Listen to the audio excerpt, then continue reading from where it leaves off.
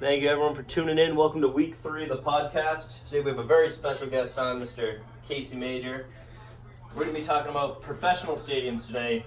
So I have to start off with a little background. Casey, what year are you? I'm a senior. You go to Coastal? I do. All right, what's your major? Marine science. Marine science. And now, you're from Chicago, right? Yeah. So are you all Chicago fans? Yeah, and I also like the Indianapolis Colts. Indianapolis Colts. Now I gotta ask you, White Sox or Cubs? Cubs. Cubs? Okay. So, are you still a Bears fan though? Yeah, I still like the Bears. Okay, you like the Bears, but you like the Colts better? Yeah. Okay. So we're gonna be talking about stadiums. So could you go through and kind of give me your favorite NBA, NFL, MLB, and NHL's favorite stadium? Okay, for the NBA and the NHL, I've only been to United Center. So Okay. It's gotta Fair be out enough. of Chicago. It's gonna be that. Now what is that the one for? So they do hockey and basketball there. Yeah, it's for both. Which one did you like better? What experience? Did you like the NBA game or NHL Blackhawks game better? I'm a bigger fan of the NHL. 'Cause there's a better atmosphere. Okay, just because the game's going quicker. Yeah, quicker game. Exactly. More into the hockey than. All right. So then, for football, what will be your favorite stadium? Probably Lucas Oil. Lucas Oil. Okay, have you been there? Indianapolis, yeah. That's inside, right? Yeah. Inside the dome. Okay. I'm a big fan of domes. Have you been to Soldier Field, where the Bears play? I've been to Soldier Field, yeah. All More right. than Lucas Oil, actually, but. Okay. Now, what's like the latest you've been there in the season? Or I should rephrase, the coldest it's been when you've been there. I was at Soldier Field for I think it was the 5th coldest game in NFL history. A couple of years ago, it was negative 20 with the wind chill. Negative So- 20. And they call it the Windy City, right? I've never been. I can only imagine the wind. The wind makes for a tough game there. Yeah, it's brutal. And now I know the Bears have a passionate fan base. Are they selling out every game, no matter the temperature, or are you seeing a lot of seats, in the upper deck, kind of going empty with games just because it's so cold? It's always usually pretty crowded, especially if it's a divisional game.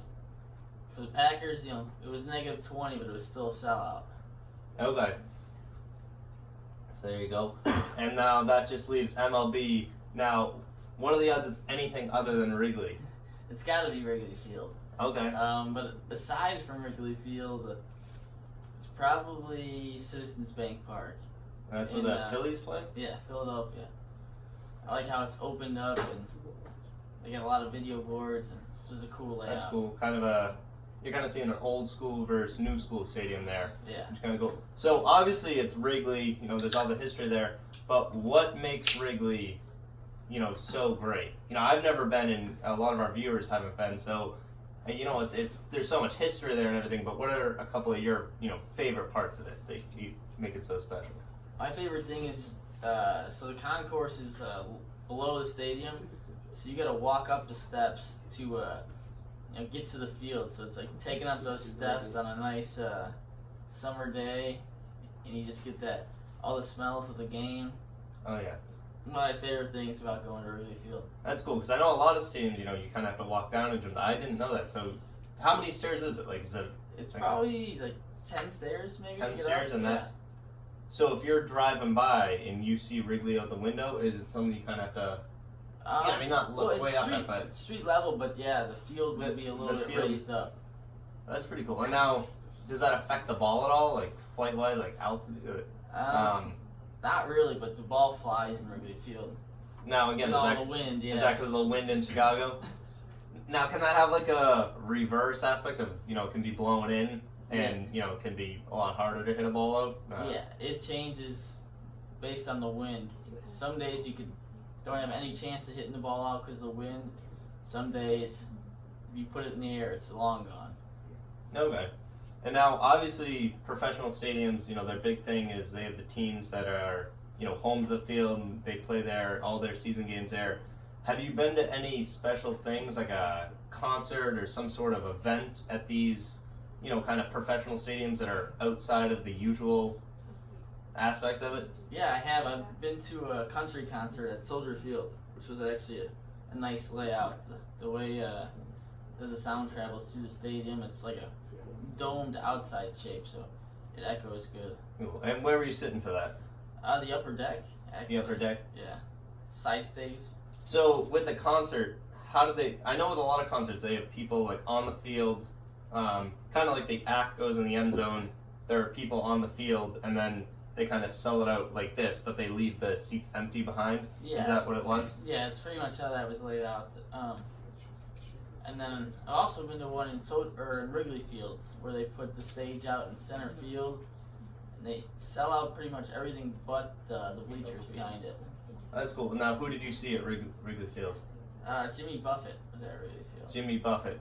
And now, is that one of those things? You know, Wrigley Field being so historic or whatever, they only rent the space out to certain people a year, or is it something they have like concert series, or how does it kind of go there? They usually only do a couple, and it's typically in the fall or when the Cubs are on a road trip in the summer sometimes. But it's usually late fall. They'll bring in, it's usually the same bands, Jimmy Buffett or a rock band. There's only like 2 or 3 maybe each year. Okay. And now I'm going to kind of run through mine real quick. And I kind of run into the same problem being from the Massachusetts area, that the only professional stadiums I've seen have been Gillette Stadium, where the Patriots play, the TD Garden, where the Bruins and Celtics play, and then Fenway Park, where the Red Sox play. And, Fenway is just kind of a cool thing to see. You walk in. I mean, it's level. It's not, you don't walk up or anything, but you kind of walk up and the first thing you see is the green monster right there. Yeah. And it's cool if you have a chance to walk around the stadium. The green monster is actually like cut off, so you can't like do a circle around it. You have to go up and kind of go through a separate thing to get up there. So I've only been in there once on a tour, but it's kind of cool just to see how high it is. But what really like shocked me was how close it is.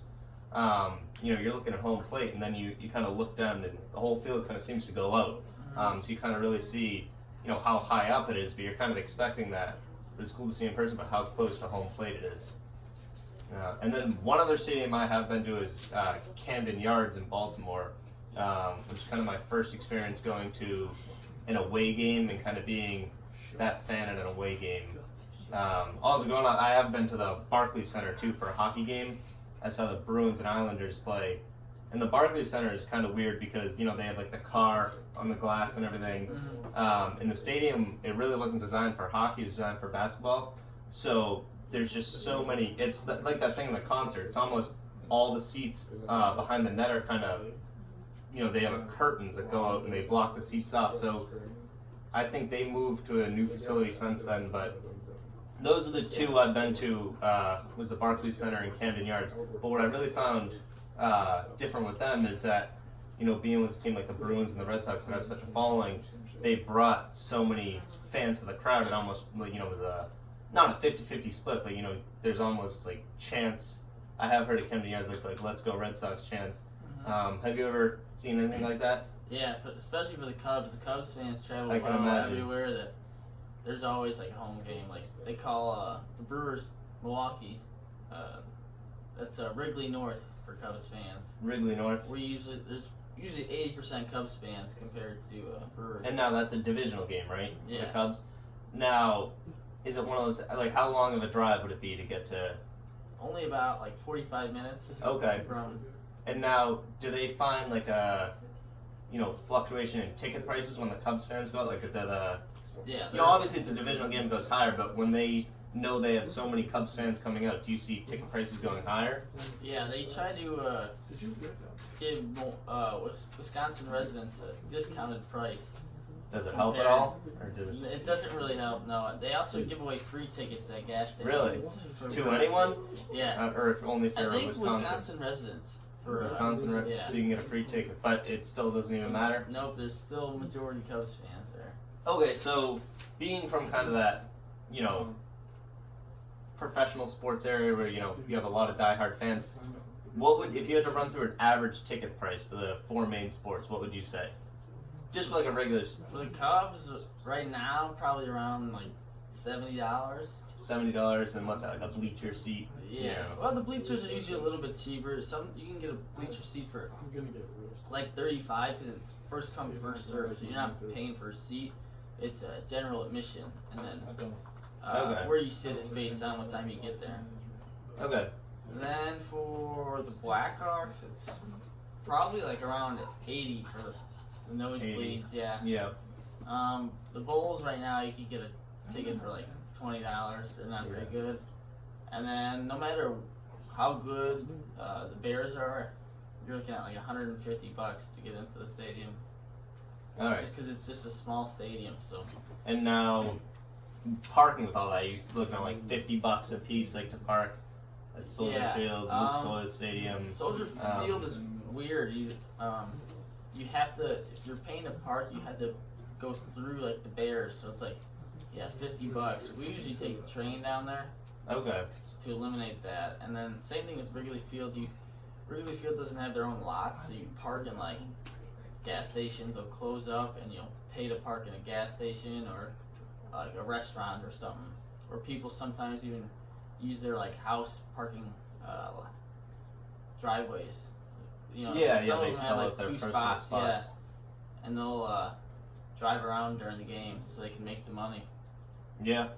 So I'd run through it real quick. I feel like for a Red Sox game, you're probably looking at like $50-$60 for like an average seat. If you want to sit down close, obviously, you're going to run up in the hundreds. Bruins, they were just in the Stanley Cup final. You're probably start of the season looking at like $80 for the balcony seats. They'll probably get down to like 40 when they have like midweek, some no-name team coming in, the Florida Panthers or something. But and then when the playoffs, that's going to get way up there. Patriots, never been cheap there. You're looking, $140 to sit way up in the freezing cold. Yeah. And then the Celtics are left. The Celtics are getting pretty good. Ticket price is probably down a little bit, but you're probably looking at like $40-$50. But definitely all, I don't know, I feel like there's kind of an experience value just to, if you haven't seen a place, it's definitely cool to see all the different stadiums and kind of the uniqueness of it. And I really like, that you were from Chicago. It's kind of why I picked you up for this week, so you could talk about Wrigley, learn something new about the steps. Yeah. Thank you for coming on the podcast. If any of you guys have some stadiums that you want to shout out to us and, maybe something unique about them, we'll review them and post some pictures of them this week. But Casey, thank you for coming on. Thank you. And we'll see you next week.